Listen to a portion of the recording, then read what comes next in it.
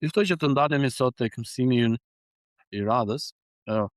Fakt do të mundohemi që të shikojmë, nuk e di, edhe më keni dëgjuar shpeshherë që edhe në lutje, edhe në mësim për paqen e Zotit, qetësinë shpirtërore. Sa e rëndësishme është kjo për ne. Besoj që të gjithë e dimë këtë pjesë që paqja është një fjalë që mbart një koncept shumë të mrekullueshëm. Edhe fakti kur neve gjejmë atë lloj paqe, atë lloj qetësie në veten tonë, ë besoj që jo që gjejmë paqe gjithmonë, por me grimca të vogla ose me kohë shumë të shkurtër, gjejmë atë paqe, gjejmë atë qetësi kur marrim atë frymën o kënaqja. Në Bibël, fjala paqe përdoret për përkthimin e fjalës që është në hebraisht shalom. ë Do të thotë është ka kuptimin e plotësisë, e saktësisë, mirëqenie, paqe. Pra, në momentin që ti arrin diçka dhe gjen atë lloj qetësie, atë lloj, si thua, pushimin, aty kënaqesh. Ndërkohë është dhe fjala nga greqishtja e vjetër eirene, s'marr vesh në kjo, po as nga hebraistja, por eirene do më thënë edhe shpesh i referohet asaj qetësisë së brendshme dhe ekuilibrin e të krishterit, i cili beson në Perëndi përmes Krishtit. Pra, ne dimë që jo çdo njeri e shijon paqen ose i pëlqen paqja. Tek Isaia, kapitulli 48, vargu 22, Zoti thotë nuk ka paqe për të pabesk, nuk ka paqe për të ligur. Shpeshherë këta njerëz të tillë nuk gjejnë paqe, nuk gjejnë qetësi, por gjithmonë do shikojnë dhe do kërkojnë diçka për të sulmuar. Aty e gjen atë si thua plotësinë e vet. Por në fakt paqja me Perëndin është diçka ndryshe. Edhe njerëzit nuk e kuptojnë që ana fizike nuk është gjithçka. Sepse ka momente në jetën tonë, që në jetën tonë fizike, ose siç e dimë neve jeta jonë fizike, duam apo nuk duam ne, është e shkurtër. Por neve shqetësohemi aq shumë, edhe kjo është universale, është për të gjithë pra. Neve shqetësohemi aq shumë, luftojmë aq shumë, punojmë aq shumë për të arritur atë që nuk kemi. Herën e kaluar më keni dëgjuar që tham, neve shpeshherë nuk e krahasojmë veten tonë me veten tonë ose me njeriu e mëparshëm që neve kemi qenë, por ne gjithmonë e krahasojmë me të tjerë.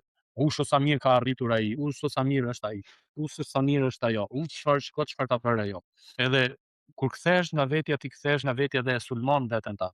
Thotë ti që e ke njeri pa vlerë, ti s'ke kuptim, ti nuk di, ti nuk mundesh, ti e kështu me radhë. Por gjithsecili prej nesh, nëse do të krahasonte veten me atë të mëparshmin, gjejmë gjëra që neve më përpara nuk i se kemi bërë siç duhet, edhe tani kuptojmë. Kjo është mënyra se si duhet ta krahasojmë veten. Në Bibël neve gjejmë dishepujt që shqetësohen për shërbesën për njëri tjetrin. Edhe kjo është një nga ato që duhet të themi edhe neve që duhet edhe të shqetësohemi.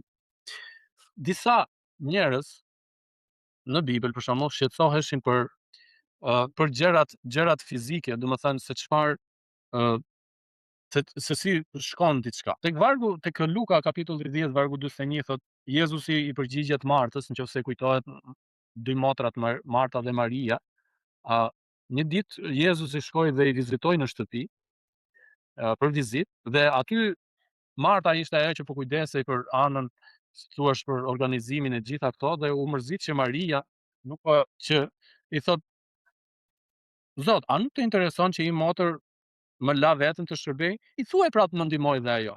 Por Jezusi duke i përgjigjur tha, Mart, ti po shqetësohesh dhe kujdesesh për shumë gjëra, por vetëm një gjë është e nevojshme, dhe Maria zgjodhi pjesën më të mirë të asaj që nuk i hiqet. Shpeshherë neve si njerëz pra shqetësohemi për anën fizike, edhe harrojmë të kujdesemi edhe për atë çfarë është më e rëndësishme shpirtërore.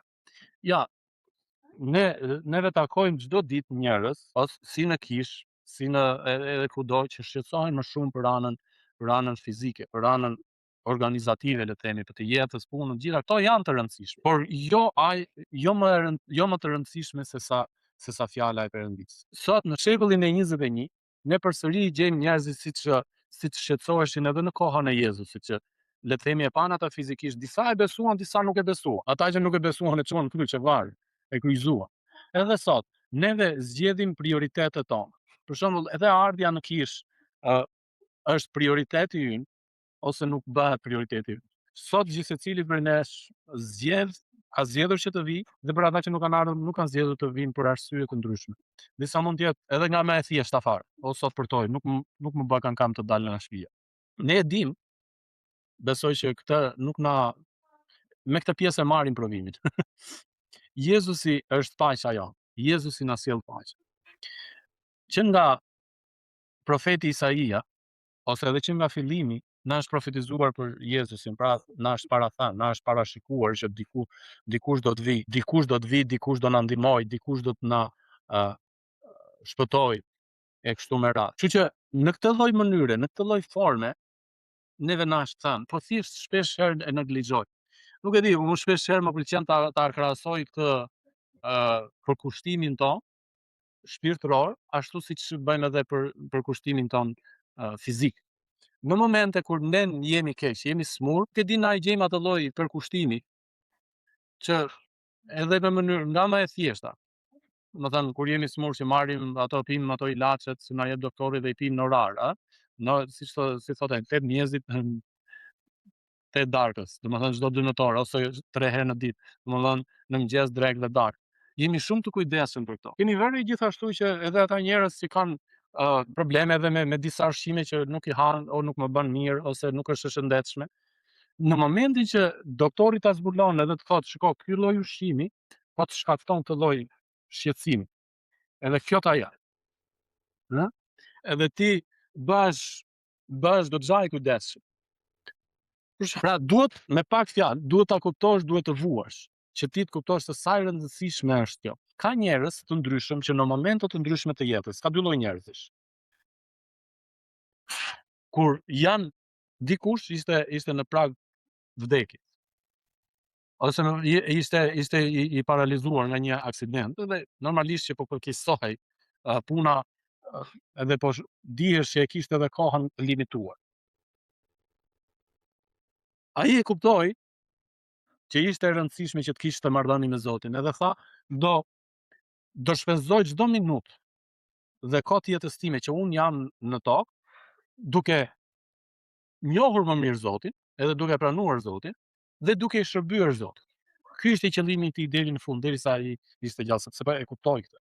Dikush tjetër, e njëjta filozofi ose e njëjta fund që ishte i limituar, e ngurtësoi zemrën aq shumë dhe filloi që ta urrente Zotin, Zoti ma bëri këtë, nëse ka Zot, Zoti do të ishte më i mëshirshëm. Pra ka momente që neve vetë kuptojmë, nuk mund ta kuptoj dikush tjetër për ne. Po duhet ta kuptojmë vetëm. Po problemi qëndron që ne nuk kemi, duam apo nuk duam ta pranojmë, ne nuk kemi gjithë kohën e mjaftueshme për ta kuptuar këtë gjë. Për shembull, ka gjëra tani që në moshën, në periudhën kohore që ne jemi tani, në moshën ku jemi ne tani, ne kuptojmë që se do të kishim bërë diçka ndryshe vite më përpara, nuk do ishim këtu ku jemi tani. Dhe akoma më shumë është që tani që e kuptojmë që nëse unë filloj ta bëj këtë gjë, mund të ndryshoj. Por gjithashtu kuptojmë dhe faktin kohë, që nuk e kemi me këtë kohë, nuk e kemi me këtë lloj luksi që të shkojmë edhe të shpenzojmë kohë. Për shembull, një nga ato gjërat që neve thjesht themi është të kisha mësuar më shumë, besoj se gjithë bëjnë, ose të kisha marrë një zanat, kisha mësuar një zanat, kisha mësuar një diçka. Edhe por tani nuk e kemi më këtë luks. E di pse? Është dhe ajo qetësia mendore që nuk e kemi më siç kishim përpara. Se nuk kemi më këto, atëherë nuk kishim këto lloj shqetësimesh në mendje probleme që kemi tani. Atëherë kishim në mendje të bëj një lek, blej një bluzë, blej një telefon e të shpenzoj kohë me shok. Dal kënaqem tash jo. Kurse tani ka probleme familjare, ka shqetësime të tjera e të tjera. Edhe ti nuk ke më nerva, nuk ke më durim që të ulesh, të mësosh, të lexosh, që të mësosh diçka të re. Pra ne edhe shpesh herë mund ta gjejmë veten duke e dënuar te kjo pjesë. Por ama besoj që paqja që Perëndia neve na ofron, kemi gjithmonë kohë. Edhe Perëndia na jep këtë mundësi, këtë lloj privilegji për të qenë me Perëndin. Po si bëhet kjo? Neve këtë pjesë e dim. Edhe e dim gjithashtu që pa paqe me Zotin nuk ka paqe të vërtetë, nuk ka reale, nuk ekziston ndonjë paqe tjetër. Si për shembull në momente të ndryshme që neve themi që po ta rri këtë gjë, po të bëj këtë gjë, unë do jemi kënaqur. Ne duhet kuptojmë që paqja që ofron Jezusi pra është shpirtërore, është e brendshme edhe është diçka që gjithë secili prej nesh duhet ta zgjedhë. Paqja me Zotin na ofron edhe paqe me njerëzimin. Jezusi është ai që i thyn këto barrierat midis njerëzimit. Edhe Jezusi na jep këtë lloj bekimi për të patur një marrëdhënie me Zotin edhe gjithashtu edhe me njerëzit. Neve shpeshherë duhet të kuptojmë edhe Jezusi thotë te Galatasit 3:28, nuk ka as jude, as grek, nuk ka as sklav as të lirë, nuk ka as mashkull as femër, sepse të gjithë jeni një në Krishtin. Nuk ka këto lloj dallimesh. Ky është i madhi, ky është shefi. Ti duhet t'i hapim telefonit, ti duhet t'i përgjigjemi, ti duhet ta rregullo. Nuk ekzistojnë këto gjëra, edhe nuk kanë për të ekzistuar. Tani është koha që neve duhet shqetësohemi për faktin për të qenë më afër me Zotin. Neve shpeshherë gjendemi përballë situatës duke kërkuar favore më të ndryshme njëri tjetrit. Edhe shpeshherë mund ta gjejmë veten duke kërkuar edhe favore shpirtërore. Por këto nuk mund, edhe mund të, si thua, unë mund ta bëj ty këtë favor, le të themi, hajde futu brenda. Po do vi një moment përpara Zotit, edhe Zoti do thotë ti jo. Nuk e di, u ka ndodhur që në dyqane ose në evente kështu në gjëra të ndryshme. Shpeshherë vete një i njohur dhe themi neve, "O, ky është me mua."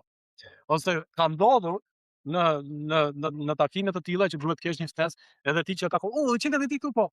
Ke ftesë kam." Që jam vetë të lutem bash. Nuk e di, u ka ndodhur këtë rast, ose mund keni parë në për filma që kur hyjnë nëpër këto festat edhe që bëjnë kastile sa për të hyrë brenda. Përpara Perëndis nuk mund ta bësh dot.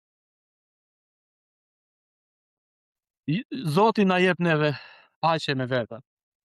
Edhe Jezu siguron paqe që i kalon çdo lloj imagjinate apo të kuptuarit. Kjo është ajo mundësia jonë e madhe që vetëm Zoti e jep. Për shembull tek Filipianët, do ta lexojmë së bashku kapitulli 4.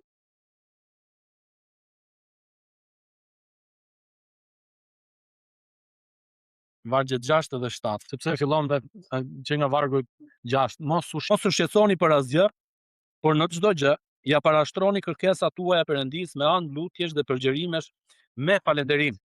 Dhe paqja e Perëndis, që ja tejkalon çdo zgjuarësie, do ruaj zemrat tuaja dhe mendjet tuaja në Krishtin Jezus. Po hajde ma mbush mu mendjet ti që mos shqetësohet. A vesh. Gjithsecili prej nesh në këto momente, që është këtu, gjithsecili që është në këto momente këtu, mund të ketë diçka që shqetëson, edhe nuk e heq dot mendjes. Mund të më dëgjoni, por përsëri jo 100% më kupton. Edhe unë kur ju them mos u shqetësoni edhe ti që thua, jam 2 dakika çu. Nuk e di ti çfarë po kaloj. Sigurisht që nuk e di, por Zoti e di. Po puna është dikush thoshte kështu. Për problemin që ti ke, a mendon që ka zgjidhje? Po pse shqetësohesh? Është fakti ka, domethënë që ne duam tani. Për një problem që përsëri ai mendon që nuk ka zgjidhje, nuk zgjidhet ky lloj problemi. Nuk ka më kthim brap. Po pse shqetësohesh? Nuk di si t'i jap përgjigje, por di t'i jap përgjigje këtë që me anë të Zotit çdo gjë ka kuptim.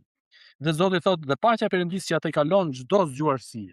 Paqja e Perëndis, çdo lloj zgjuarësie, do të ruaj zemrat e tuaja, mendjet e tua në Krisht. Edhe këtë lloj shqetësimi, këtë lloj probleme që neve kemi, nëse neve ftojmë Zotin në zemrën tonë, paqja e Zotit do të na bekojë. Zoti na jep paqe me familjet. Kto janë disa pika që neve do t'i shikojmë edhe në javët në vazhdim. Jezusi siguron paqe për familjet që kërkojnë dashuri dhe qëndrueshmëri. Pra të ndjekësh udhëzimet e Jezusit të drejton të kesh paqe në familje, paqe në vllazërinë, me kishën. Jezus siguron paqe midis vëllezërve. Po të shkojmë tek e para Pjetrit, është faqja 250, vargje 8, jo, Miriam, kapitulli 3, kalojmë te faqja 352 në fakt, dhe kemi vargjet 8 deri në 12. E para Pjetrit, kapitulli 3, vargjet 8 deri në 12. Dhe më në fund jini të gjithë të një mendje të dëmshur, plot dashuri vllazërore, të përdorlyeshëm dhe dashamirës. Pa kthyer të keqen me të keqe, hajde na mbush mendjen këtu, ose fyerjen me fyerje, hajde na mbush mendjen këtu. Po përkundrazi bekoni duke e ditur se për këtë u thirrët që të trashëgoni bekimin, sepse kush do ta dojë jetën dhe do të shoh ditë të mira, le ta ruaj gojën e tij nga e keqja dhe buzët e tij nga të folurit me mashtrim. Të largohet nga e keqja dhe dhe të bëj të mirë, të kërkoj paqen dhe t'i bjerë pas asaj. Sepse sytë e Zotit janë mbi të drejtët dhe veshët e tij janë në lutjet e tyre, por fytyra e Zotit është kundra atyre që bëjnë të keqe. Zoti gjithashtu na ofron paqe edhe me kisha. Na jep mundësinë që të kemi një lloj paqe është që vetëm Zoti e jep. Zoti gjithashtu na jep paqe, na bën që të kemi edhe paqe me armiqt. Jezusi na tregon se si të kemi paqe me armiqt. Shikojmë pak bashkë Mateun kapitullin 5, vargu 44. Por unë po ju them, duheni armiqt tuaj, bekojeni ata që ju mallkojnë, u bëni mirë atyre që urrejnë dhe lutuni për ata që ju keq trajtojnë dhe ju përndjekin. Është goxha e vështirë. Por gjithashtu ka edhe diçka tjetër, ne e kemi këtë lloj, besoj që sa njihemi me të gjithë ju, që ne nuk na përndjek njëri. Ne nuk na detyron njëri se çfarë të besojmë dhe çfarë të zgjedhim edhe çfarë të. Di që për shembull ka vende të ndryshme që siç e dim që e kanë të ndaluar të hanë disa lloj ushqimesh.